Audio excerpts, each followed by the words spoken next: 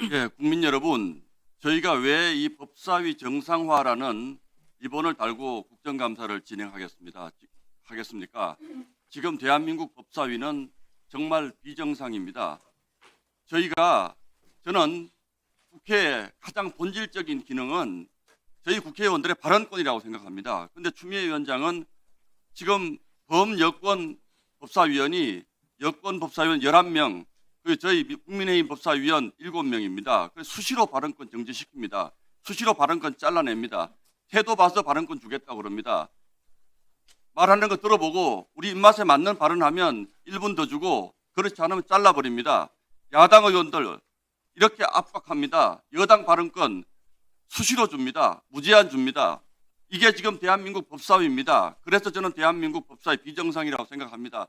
이 발언권 반드시 돌려주시고 저는 다른 어떤 가치보다도 지금 우리 국정감사의 중요한 입법 내란을 지금 민주당이 저지르고 있고 과거에 미래에 저희 국민의힘 이 정권을 되찾아오면 추미애 위원장님 이제는 보수의 어머니가 아니고 보수의 할머니라는 자리로 올라갈 것이라고 저는 생각을 합니다. PPT 하나 보여주십시오.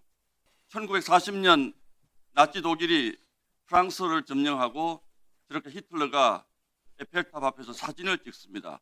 그 오른쪽 사진은 프랑스의 상징이라고 할 수 있는 국립묘지입니다. 그 국립묘지를 시찰합니다. 자, 다음 화면 보여주시죠. 1895년에 을미사변이 일어나면서 일본의 낭인들이 저렇게 대한민국의 왕후를 시해한 기념으로 기념사진을 찍습니다. 다음 사진 보여주시죠.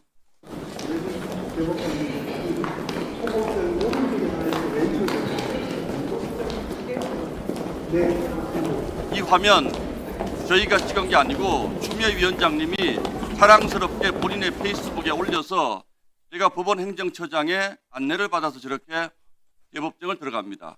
그리고 저 법대 위에서 사진을 찍습니다. 사진을 찍는 행위는 그 기관에 대한 모독을 스스로 자랑스럽게 생각할 때 사진을 찍습니다. 그리고 본인들이 저렇게 자랑을 합니다.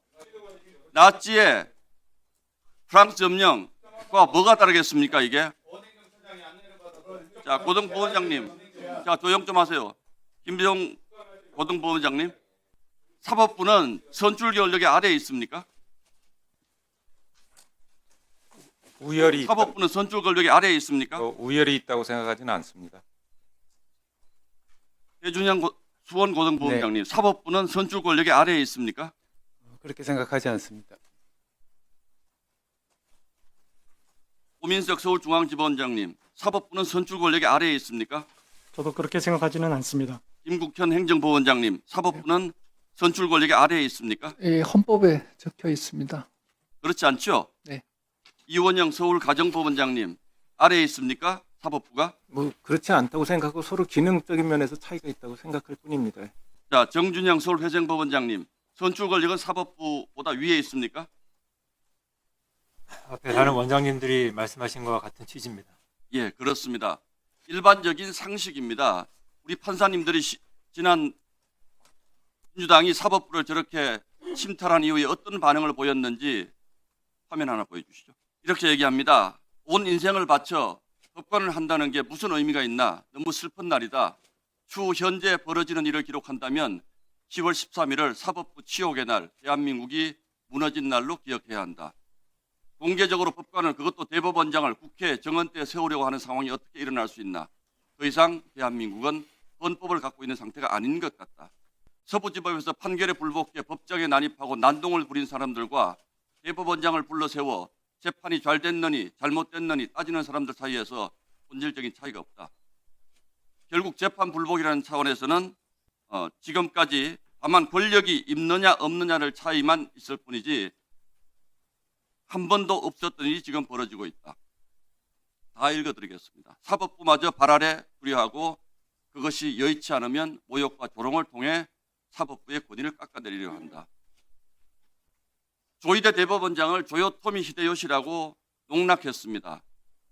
모멸했습니다. 멸시했습니다. 그리고 대법원을 찾아가서 이렇게 합니다. 저는 사법부가 도대체 이런 문제에 대해서 어떤 생각을 가지고 있는지 정말로 궁금할 수밖에 없습니다. 그러면서 저희 야당 의원들이 여기에 대해서 항의하려고 하면 입법 권력을 이용해서 입법부의 발언권을 제한합니다. 발언을 못하게 합니다. 지금 대한민국 법사위는 여권, 범여권 의원 11명, 저희 7명, 절반 정도는 발언을 제한당할 때도 많습니다. 그러면 이게 무슨 국정감사입니까? 사법부가 무너지기 직전의 상황에서 저희가 하는 이 엄중한 국정감사를 민주당 의원들은 과연 본인들이 잘못된 부분을 역사에서 지우기 위해서 오로지 이재명 대통령의 재판을 중단시키기 위해서 이렇게 하고 있는 건 아닙니까? 고등법원장님, 이 점에 대해서 어떤 감의 심정을 가지고 계십니까? 일단 그 헌법 기관 간에 서로 존중하는 자세는 필요하다고 생각을 하고 있습니다. 일선 판사들의 저 목소리에 대해서 어떤 생각을 가지고 계십니까? 각자 생각이 있을 수 있을 것 같긴 한데 방금 말씀드린 것처럼 헌법 기관 간에는 견제와 예, 그렇죠. 예. 중앙지법원장님, 2년 2개월 걸린 1심 재판, 이재명 대통령 선거법 1심 재판에 대해서 조희대 대법원장이 취임하고 난 다음에 선거법 633 원칙을 가급적 지켜줬으면 좋겠다라는 말씀을 하신 것은 기억을 하시죠?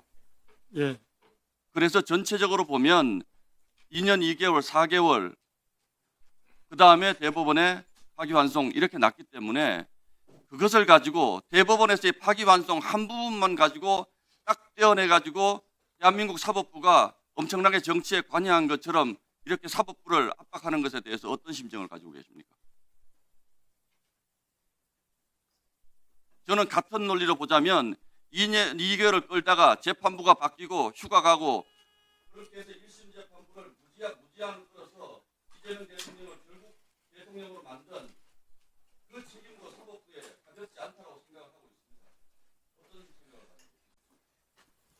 그 법원의 재판 절차 진행이나 판결 결과에 대해서 뭐 비판을 하는 것은 당연히 허용돼야 되고 또 법원 입장에서는 그것을 겸허하게 받아들여야 된다고 생각을 합니다. 그렇지만 일반론으로 말씀드리자면은 뭐 법원 판결에 대한 과도한 비난이나 또는 그 어떤 법관에 대한 인신 공격 같은 것은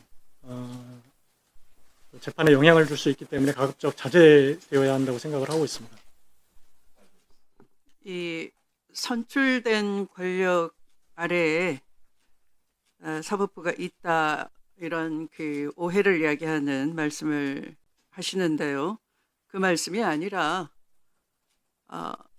국민 주권 아래에 입법, 사법, 행정이 다 있다. 대통령도 바로 국민 주권에 복무한다 이런 말씀인 것을 이해해 주셨으면 좋겠습니다. 최근에 대통령이 국무회의를 공개합니다. 그것 역시 어떤 그동안 비공개가 존중이 된 영역이지만 대통령마저도 투명하게 어떤 생각에서 그런 정책이 나왔는지를 국민께 알릴 의무가 있고 아마 국무위원들 다 그러하다라는 취지로 국무회의도 공개하는 줄로 이해하고 있는데요. 마찬가지로 이 사법부도 사법 독립은 역시 존중돼야 되는 것이지만 그것 역시 국민의 기본권을 지키기 위해서 국민 주권에 복무하는 사법 독립도 하나의 수단이다. 어떤 특권이 아니다. 이렇게 이해해 주셨으면 좋겠습니다. 방금 우리 국감위원님들 한 분이 허위 사실을 너무나 당당하게 말씀하셔서 사실관계를 바로잡겠습니다. 대법정 현장 검증은 여야 모든 의원님들이 함께한 전심 식사 자리에서 천대엽 법원 행정처장께서 직접 건의하셔서 이루어진 일정입니다. 그 자리에 계셨던 모든 의원님들께서 당시에는 아무 이의 제기 없이 동의하셨음에도 이제 와서 나치, 친일, 대법원 침탈과 같은 자극적인 프레임으로 왜곡하고 있는 것은 심각하게 생각합니다. 이러한 정치 왜곡과 선동에 대해서는 깊이 반성하시길 바랍니다.